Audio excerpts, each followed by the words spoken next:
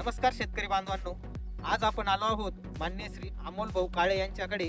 यांनी आपल्या कंपनीचा VST शक्तीचा 29 HP चा ट्रॅक्टर घेतलेला आहे. तर आपण या ट्रॅक्टरचा त्यांच्याकडून थोडीशी माहिती घेणार आहोत. तर बघूया त्यांचं काय म्हणणं आहे आपल्या ट्रॅक्टर बद्दल. नमस्कार अमोल भाऊ. तर तुम्ही आपल्याकडून हा EGT चा 929 मॉडेल घेतलेला आहे. तर हा ट्रॅक्टर तुम्ही कधी घेतलेला आहे आणि कसा घेतला व याच्याबद्दल आम्हाला व आमच्या शेतकऱ्यांना थोडीशी माहिती द्या, म्हणजे शेतकऱ्यांना पण समजेल की ट्रॅक्टर कसा चालतो आणि कसा खरेदी केला पाहिजे. आम्ही आमचं महाराष्ट्र शासनाच्या स्कीममध्ये हा ट्रॅक्टर टाकलेला होता. आपली त्याची मंजुरी आली, मग आम्ही 1-2 शेतकऱ्यांना विचारलं कोणता ट्रॅक्टर घेतला पाहिजे, कोणता नाही घेतला पाहिजे. आम्हाला VST बद्दल लोकांनी चांगलं सजेशन दिलं. मग आम्ही दंडवते ट्रॅक्टरमधून हा 29 HP VST ची माहिती घेऊन तो खरेदी केला. महाराष्ट्र शासनाचं आपल्याला 1,25,000 रुपयाचं अनुदान आलं. आणि हा ट्रॅक्टर चालायच्या बाबतीत पेरणीला याला त्याला एकदम सुटेबल चालतो.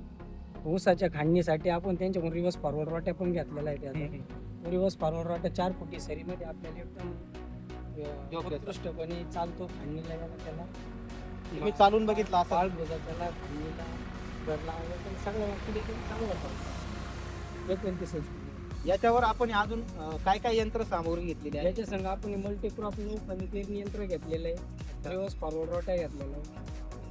तुम्ही दोन्ही पण वापरताय वापरताय दोन्ही पण चालू. ट्रॅक्टर कसा चालतोय. ट्रॅक्टर एकदम सुटेबल चालू 4x4 असल्यामुळे त्याला पेरणी यंत्राला खांडणीला वगैरे पण त्या बाबतीत ट्रॅक्टरला अवरेज कसं आहे सगळ्यात महत्वाचा शेतकऱ्यांचा प्रश्न आहे हा ट्रॅक्टर डिझेल किती घेतो. हा ट्रॅक्टर पेरायच्या बाबतीत एकरी 1-1.5 लिटर मध्ये व्यवस्थित 1 एकर पेरणीसाठी 1 एकर पेरणीसाठी 1 लिटर होतं आणि खांडणीसाठी 3-3.5 लिटर पर्यंत लागतं.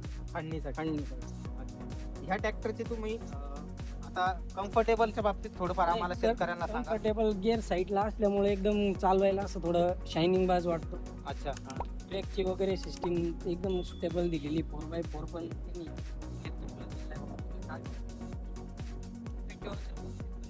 चांगलं आहे. PTO टाकायला वगैरे पण जवळ.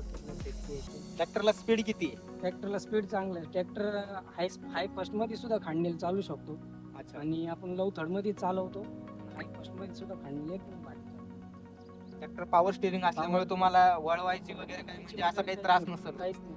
सिंगल ब्रेक असल्यामुळे आपण सरीतल्या सरीत सुद्धा लगेच वळवून खांडणीला चालवू शकतो. ट्रॅक्टरचा हायड्रोलिक बद्दल काही माहिती असते. हा, हे वर्किंगच्या बाबतीत पण छोट्या ट्रॅक्टरच्या मानाने आतापर्यंत मी बाकीच्या ट्रॅक्टरांचं बघितलं, जेवढं यंत्र वर जात नाही तेवढं याचं चांगल्या प्रमाणात वर जातं. बुवा आपल्याला बांधा वगैरे क्रॉस करायचे असले तर याचं व्हील टेकत वगैरे नाही.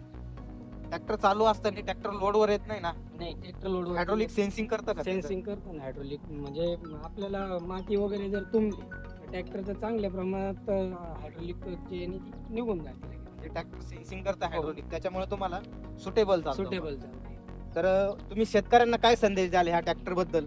शेतकऱ्यांना जर घरगुती वापरासाठी किंवा धंद्यासाठी जरी ट्रॅक्टर घ्यायचा असला VSTचा ट्रॅक्टर सगळ्यात उत्कृष्ट राहील. ॲव्हरेजच्या बाबतीत पण आणि मेंटेनन्सच्या बाबतीत पण एकदम भारी. आणि कामाच्या बाबतीत तर टेन्शनच नाही. ट्रॅक्टर ॲव्हरेजला वगैरे ट्रॅक्टर एकदम भारी.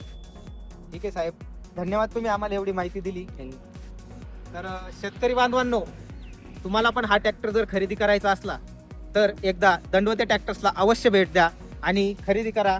शेतकऱ्यांच्या नंबर 1 पसंतीचा ट्रॅक्टर म्हणजे EGT VST 929. धन्यवाद.